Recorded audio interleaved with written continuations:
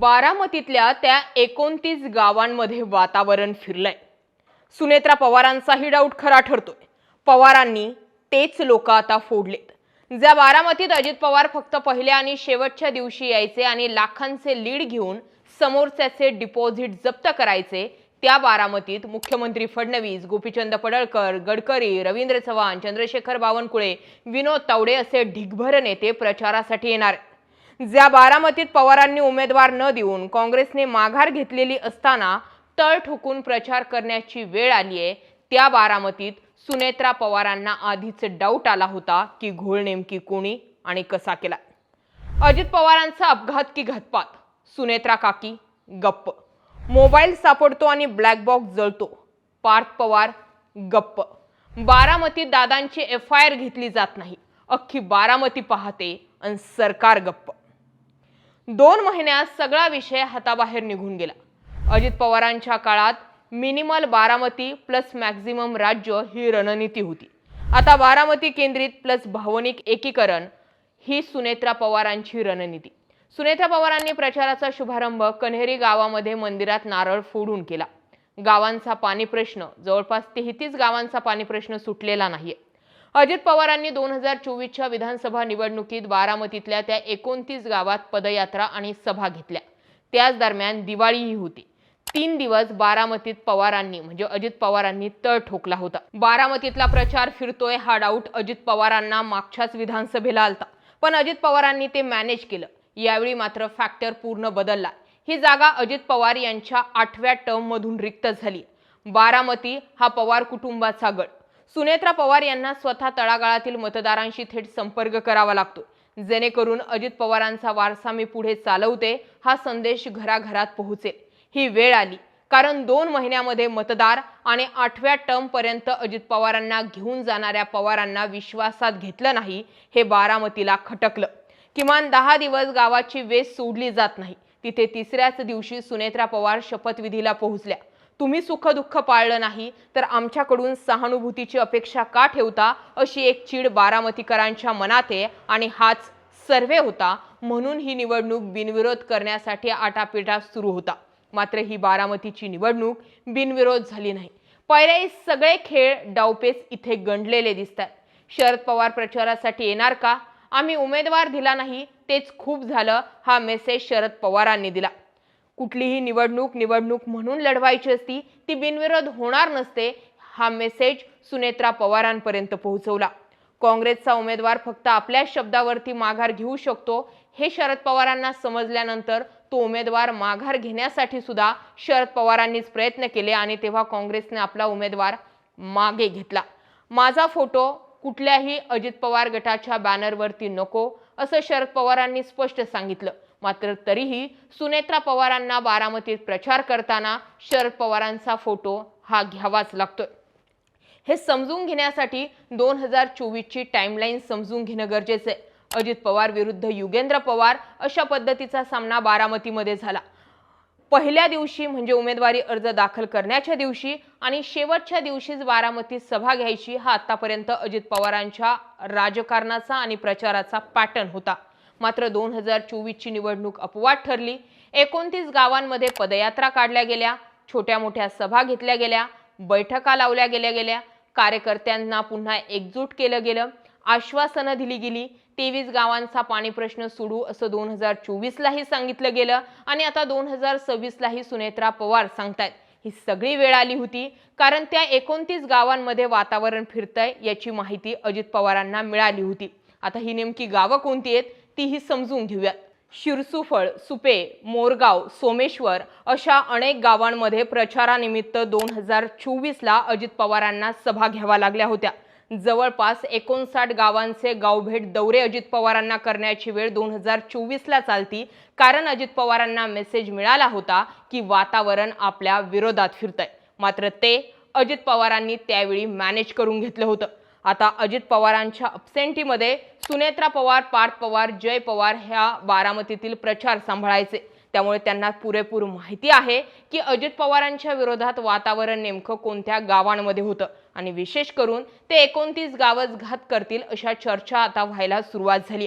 याही पलीकडे जाऊन आणखी एक मुद्दा समोर येतो।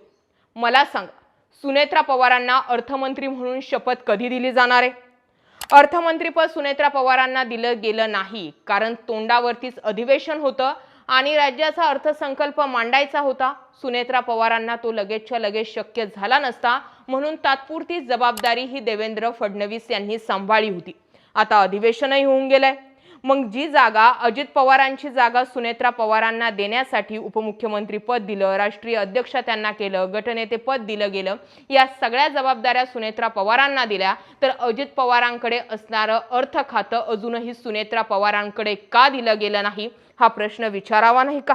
इथे घेऊयात 1 मिनिटांचा आड ब्रेक. युद्धांच्या परिणामांमुळे अनेक लोकांचं आयुष्य जे आहे ते आर्थिकदृष्ट्या विस्कळीत झालंय आणि यामुळे अनेक लोक मला कमेंट सेक्शनमध्ये विचारतात की आपलं उत्पन्न कसं वाढवावं. म्हणून मी तुम्हाला एका उत्तम ॲपची ओळख करून देऊ इच्छिते. मार्केटूल हे SCBI नोंदणीकृत ॲप आहे जे भारतात वेगानं वाढतंय. मार्केटवर असो वा खाली तुम्ही ट्रेडिंगद्वारे चांगले इन्कम मिळवू शकता आणि त्यांच्याकडे एक्सपर्टची एक टीम आहे जी तुम्हाला पर्सनली कॉल करून तुमच्यासाठी कोणते पर्याय फायदेशीर ठरतील यावर मार्गदर्शन करेल.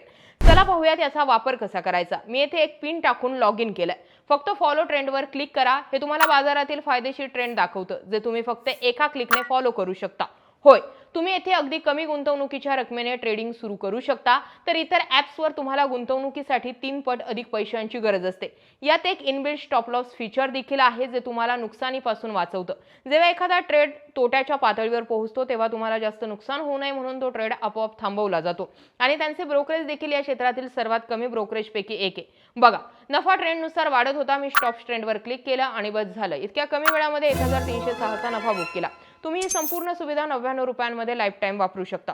तुम्ही येथे सोने, चांदी, कच्चे तेल किंवा नैसर्गिक वायू यासारख्या सर्व कमोडिटीजमध्ये सकाळी 9 ते रात्री 12 पर्यंत अगदी सहजपणे ट्रेड करू शकता. मार्केटवूल ॲप तुम्हाला मोफत शिफारसी देखील देतं. बघा, लोकांनी आधीच एका दिवसात 11,850, एका महिन्यात 70,468 आणि एका वर्षात 5,03,940 चा प्रॉफिट कमावला आहे आणि मार्केटवूल या प्रॉफिटवर कोणतेही चार्जेस आकारत नाही. मार्केटवूल ॲपचे आतापर्यंत 20 लाखांहून अधिक डाउनलोड झालेत. मग घाबरण्याचं कारण काय? लिंक डिस्क्रिप्शन मध्ये आहे आणि कमेंटमध्ये देखील पिन केलेले आहे. जा आणि आता लगेच मार्केटवूल पहा. असे अनेक प्रश्न आहेत जे भाजपने अजूनही गुलदस्त्यात ठेवले. या प्रश्नांवरती कोणी बोलतही नाही आणि कुणाला बोलून दिलंही जात नाही. त्यामुळे या 2-3 गोष्टी ज्या आहेत त्या बारामतीला चांगल्याच खटकतात. विशेष करून बारामतीतील FIR प्रकरण तर आणखीनच गाजलेलं आहे. काँग्रेसने शेवटपर्यंत आपला उमेदवारी अर्ज मागे घेण्याची अट एकच ठेवली होती, ती म्हणजे अजित पवारांचा घातपात की अपघात याबाबत महाराष्ट्रामध्ये गुन्हा नोंद करा, आम्ही लगेचच्या लगेच आमचा उमेदवारी अर्ज मागे घेतो. मेसेज पोहोचवला होता की ही लोक सत्तेत आहेत. सुनेत्रा पवार उपमुख्यमंत्री आहेत. अजित पवारांचा घातपात झालाय की अपघात झालाय याबाबतची FIR त्या त्यांची ताकद वापरून कोणत्याही पोलीस स्टेशनला नोंद करून घेऊ शकतात. मात्र तसंही सुनेत्रा पवार करत नाहीये. मग फक्त मतलबापुरतच हे आपल्याकडे येतात का असे प्रश्न तयार करून दिले गेले होते. शरद पवारांना शेवटच्या क्षणी विश्वासात घेतलं गेलं नाही. 8 टर्म आमदार होण्याचं रेकॉर्ड अजित पवारांना कायम ठेवता आलं. ते शरद पवारांच्या आशीर्वादाशिवाय ठेवता आलं असतं का? टाइमलाईन बघितली तर रोहित पवारांच्या आरोपांनुसार अजित पवार जाण्या अगोदर 2-3 महिने आधीच अजित पवारांचे सूर भाजपापासून वेगळे व्हायला सुरुवात झाली होती. मग त्यातच केले गेलेले स्टेटमेंट, तुझ्या बापापेक्षा माझा काका लय मोठा आहे, आम्हीही काकांच्याच आशीर्वादाने चालतो आणि एकंदरीत शरद पवार आणि अजित पवारांच्या भेटीगाठी. आता तर तटकरेंनीही मान्य केलं होतं. विलिनीकरणाची चर्चा ही अंतिम टप्प्यात आलेली होती. मात्र दादा असतानाचे विलिनीकरण आणि दादा नसतानाचे विलिनीकरण खूप वेगळं होणार होतं आणि म्हणून विलिनीकरणाबाबत काही घडलंच नाही किंवा विलिनीकरणाबाबत कुणी बोललंच नाही असा मेसेज तटकरेंनी जवळपास 1 महिना पोहोचवला. आता 2-2.5 महिने होत आले. मात्र तरीही सुनेत्रा पवारांना अर्थ खातं कधी दिलं जाणार यावर कोणीच बोलत नाहीये. त्यामुळे अजित पवारांच्या मंत्र्यांनी आणि बारामतीकरांनी सुद्धा आणखी एक गोष्ट लावून धरली पाहिजे की दादांची जागा जर सुनेत्रा पवारांना द्यायची तर ते अर्थ खातं सुद्धा सुनेत्रा पवारांकडे द्या. मग बघूयात महायुती म्हणून किती लोक कशी लढतायत. ज्या बारामतीत अजित पवार हे स्टार प्रचारक होते, आज त्या बारामती स्टार प्रचारक म्हणून भाजपनं घुसखोरी केली. इकडे रवींद्र चव्हाण, चंद्रशेखर बावनकुळे, देवेंद्र फडणवीस, विनोद तावडे, गोपीचंद पडळकर ज्यांनी नेहमीच अजित पवारांना विरोध केला त्यांनाही बारामतीत घुसवलं जातंय. लक्षात घ्या, बारामती मिळवण्यासाठी याआधी अमित शहांनी बारामतीमध्ये प्रचार सभा घेतल्या होत्या. पवारांनी त्यांच्या 50 वर्षांच्या राजकारणात केलंय काय असा प्रश्न बारामतीकरांना विचारला होता. त्यावेळी शहांनी पवारांना नेस्तानुभूत करा, त्यांना उघडं पाडा अशा पद्धतीची भूमिका घेतली होती. आता त्याच बारामतीमध्ये पुन्हा एकदा भाजपच्या स्टार प्रचारकांची यादी धडकते. याचा अर्थ एवढे 3-3.5 वर्ष काढून घेतले जातील आणि त्यानंतर बारामतीत दुसरी फिल्डिंग लावली जाईल. अजित पवारांनी बोलण्याच्या ओघात म्हटलं होतं, सुप्रिया सुळेंपुढे सुनेत्रा पवारांना उभं करणं हा माझा निर्णय नव्हता, तर तो भाजपचा अप्रत्यक्षपणे निर्णय होता. हा मेसेज पोहोचवला होता. अर्थात बारामती काही करून ताब्यात घ्यायची यासाठी आत्तापासूनच लावली गेलेली ही फिल्डिंग तर नाही ना. या सगळ्या मुद्द्यांकडे तुम्ही कसं पाहता? कमेंट सेक्शनमध्ये जरूर व्यक्त व्हा. अशाच माहितीपूर्ण व्हिडिओसाठी आपल्या चॅनल आवर्जून सबस्क्राईब करा. जय महाराष्ट्र. जाता जाता पुन्हा एक महत्त्वाची आठवण. मार्केटूल ॲप भारतानं वेगानं वाढते आणि त्याचे आतापर्यंत 20 लाखांहून अधिक डाउनलोड झालेत. तर या ॲपद्वारे तुमचा ट्रेडिंगचा प्रवास सुरू करा. मी डिस्क्रिप्शनमध्ये आणि पिन केलेल्या कमेंटमध्ये लिंक दिली आहे. फक्त क्लिक करा आणि लगेच पहा.